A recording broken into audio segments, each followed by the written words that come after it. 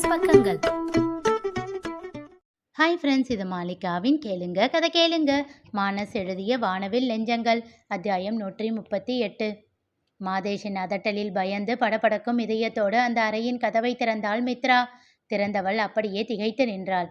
உள்ளே அவள் கேக் செய்ய தேவையான உபகரணங்கள், பொருட்கள் அனைத்தும் செட்டாக இருந்தன. குளிர்சாதன பெட்டி முதற்கொண்டு அங்கே வாங்கி வைத்திருந்தான் மாதேஷ்.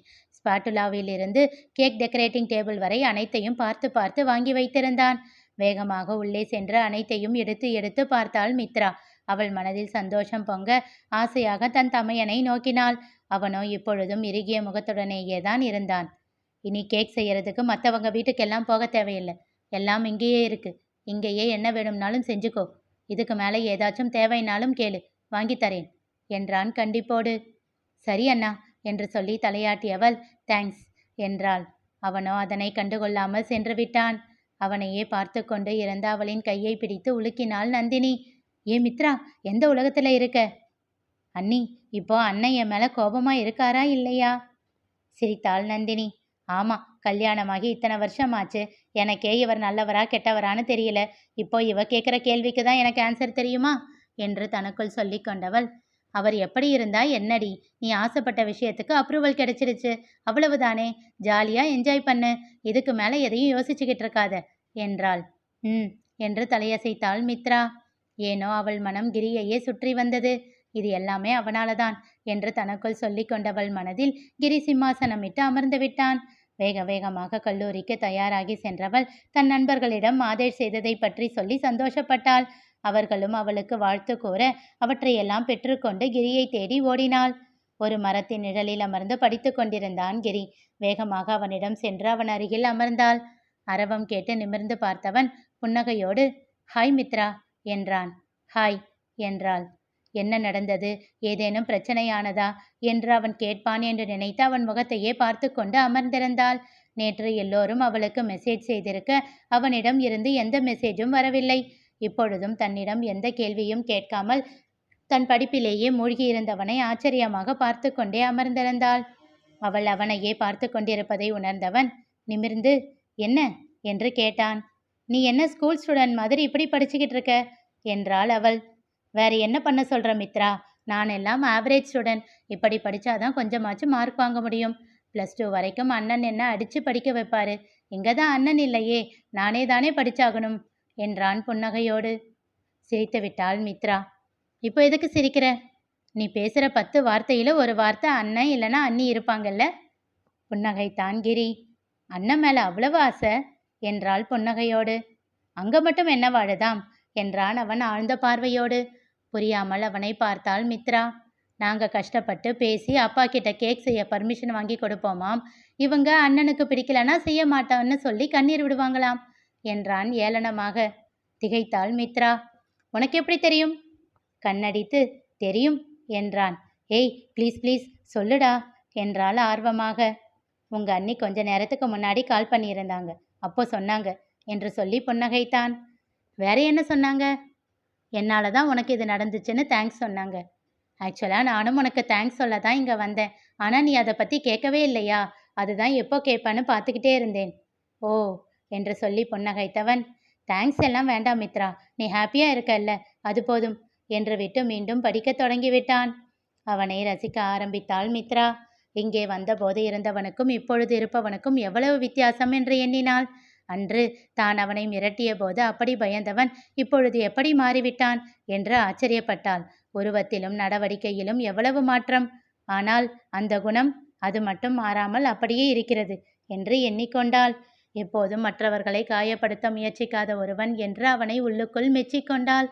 மற்றவர்களின் உணர்விற்கு மதிப்பு கொடுக்கும் இப்படிப்பட்ட ஒருவன் தன் வாழ்க்கையில் இருந்தால் எவ்வளவு சந்தோஷமாக இருக்கும் என்று ஏங்கினாள். அவன் மேல் காதல் எல்லையை கடந்து நின்றது. அதன் பிறகு அவனை நிறைய ரசிக்க ஆரம்பித்தாள். சில சமயம் அவனோடு பேசும்போது, பல சமயங்களில் அவனை விட்டு தூர நின்று திருட்டுத்தனமாக அவன் முகத்தை பார்த்து பார்த்து மனதில் பதிய வைத்து கொண்டாள். எந்நேரமும் மனதிற்குள் அவன் நினைவு மட்டுமே சுற்றி கொண்டு இருக்கும்.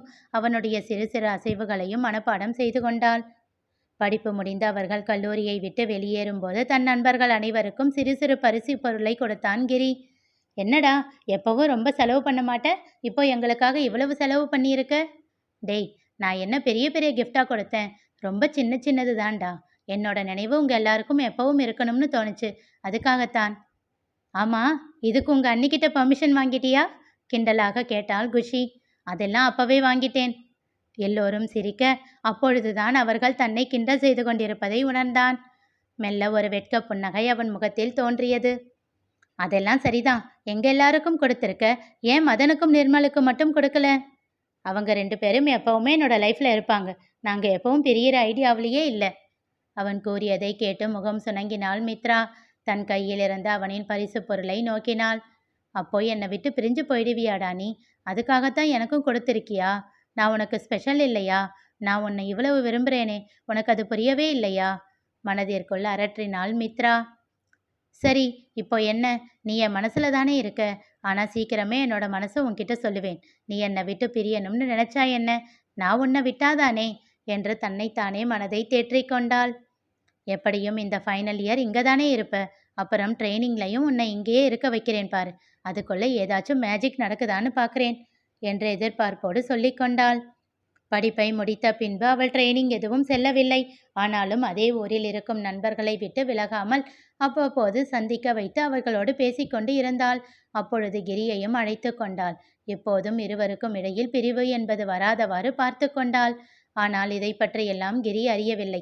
நண்பர்களோடு சேர்ந்து எப்பொழுதும் மித்ராவை சந்திப்பதால் அவனுக்கு அவள் மனதை பற்றி தெரியவில்லை.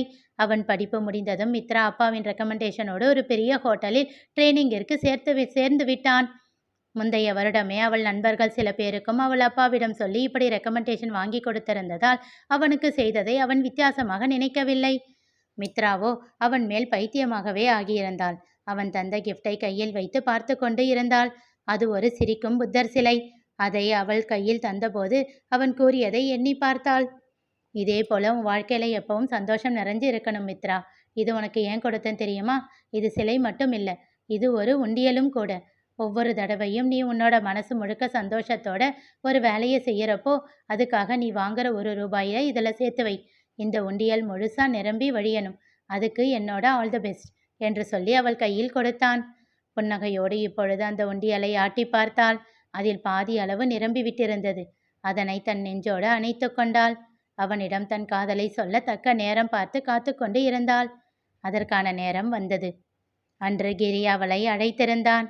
மித்ரா, எனக்கு ஒரே ஒரு ஹெல்ப் பண்ணணும். சொல்லு கிரி என்றாள் சந்தோஷமாக. என்னோட அண்ணன் பையன் ஆதித்யாவுக்கு 10 இயர்ஸ் கம்ப்ளீட் ஆகி 11 இயர்ஸ் ஸ்டார்ட் ஆக போகுது. அவனுக்கு ஸ்பெஷலாக ஏதாச்சும் பண்ணணும்னு நினைக்கிறேன். லக்கிலி எனக்கு அன்னைக்கு லீவ். அதனால ஊருக்கு போகலாம்னு இருக்கேன். எனக்காக ஒரே ஒரு கேக் செஞ்சு கொடு மித்ரா. அதுக்கு என்னடா, செஞ்சு கொடுக்குறேன் என்றாள் உற்சாகமாக. தேங்க்ஸ் மித்ரா. சரி, அவனுக்கு என்ன பிடிக்கும், உனக்கு எப்படி வேணும், அதெல்லாம் எனக்கு சொல்லு. அதுக்கேற்ற மாதிரி செஞ்சு கொடுக்குறேன். அவன் எங்கள் வீட்டு குட்டி இளவரசன் மித்ரா என்றவன் அவனுக்கு பிடித்ததையெல்லாம் கூறினான். பஸ்ஸில் டிக்கெட் கூட புக் பண்ணிட்டேன் மித்ரா. கிளம்பும்போது வந்து வாங்கிக்கிறேன். ட்ராவலில் கேக் எதுவும் ஆகாத மாதிரி டிசைனில் பண்ணி அப்படியே அதுக்கேற்ற மாதிரி பேக்கிங்கும் பண்ணிடு. சரி என்றவள் அவன் கூறியதை வைத்து அழகாக ஒரு கேக் தயார் செய்தாள். கிரியின் வரவுக்காக எதிர்பார்த்து காத்து கொண்டிருந்தாள். அவன் வந்ததும் தன் ஃபோனில் இருந்த கேக்கின் புகைப்படத்தை காட்டிவிட்டு அவனிடம் பெட்டியை கொடுத்தாள். சூப்பராக இருக்கு மித்ரா, ரொம்ப தேங்க்ஸ் என்றவன் தனியாக அவள் கையில் ₹1 உடன் கேக்குக்கான பணத்தையும் கொடுத்தான். அவள் அந்த பணத்தை அவனிடமே திருப்பி கொடுத்தாள். ஏன் மித்ரா என்றான் புரியாமல். எங்க வீட்டு ஆளுங்களுக்காக செய்யறப்போ நான் இது மட்டும்தான் வாங்குவேன் என்று அந்த ₹1 காட்டினாள். திகைத்து பார்த்தான் கிரி. அவள் கண்களில் தெரிந்ததை உணர்ந்து கொண்டான். அமைதியாக அவள் முகத்தை பார்த்தான். கிரி, உங்க வீடும் என் வீடு ஆகணும்னு ஆசையா இருக்கு. ஆதி என்னோட சொந்தமாகவும் இருக்கணும்னு விருப்பப்படுறேன். எனக்கு அதுக்கு சம்மதம் கிடைக்குமா? மிகுந்த எதிர்பார்ப்போடு அவன் முகத்தை நேருக்கு நேர் பார்த்து கேட்டாள். பெருமூச்சு ஒன்றை விடுத்தான் கிரி. இவ்வளவு அழகா யாரும் ப்ரப்போஸ் பண்ணியிருப்பாங்களான்னு எனக்கு தெரியல மித்ரா. எனக்கு உன்னை ரொம்ப பிடிக்கும். ஆனா இப்படி எப்பவும் யோசிச்சதில்லை. ஐ எம் சாரிம்மா என்றான். கிரி கூறியதற்கு மித்ராவின் பதில் என்ன தெரிந்து கொள்ள தொடர்ந்து கேளுங்க. கதை கேளுங்க. மீண்டும் சந்திப்போம்.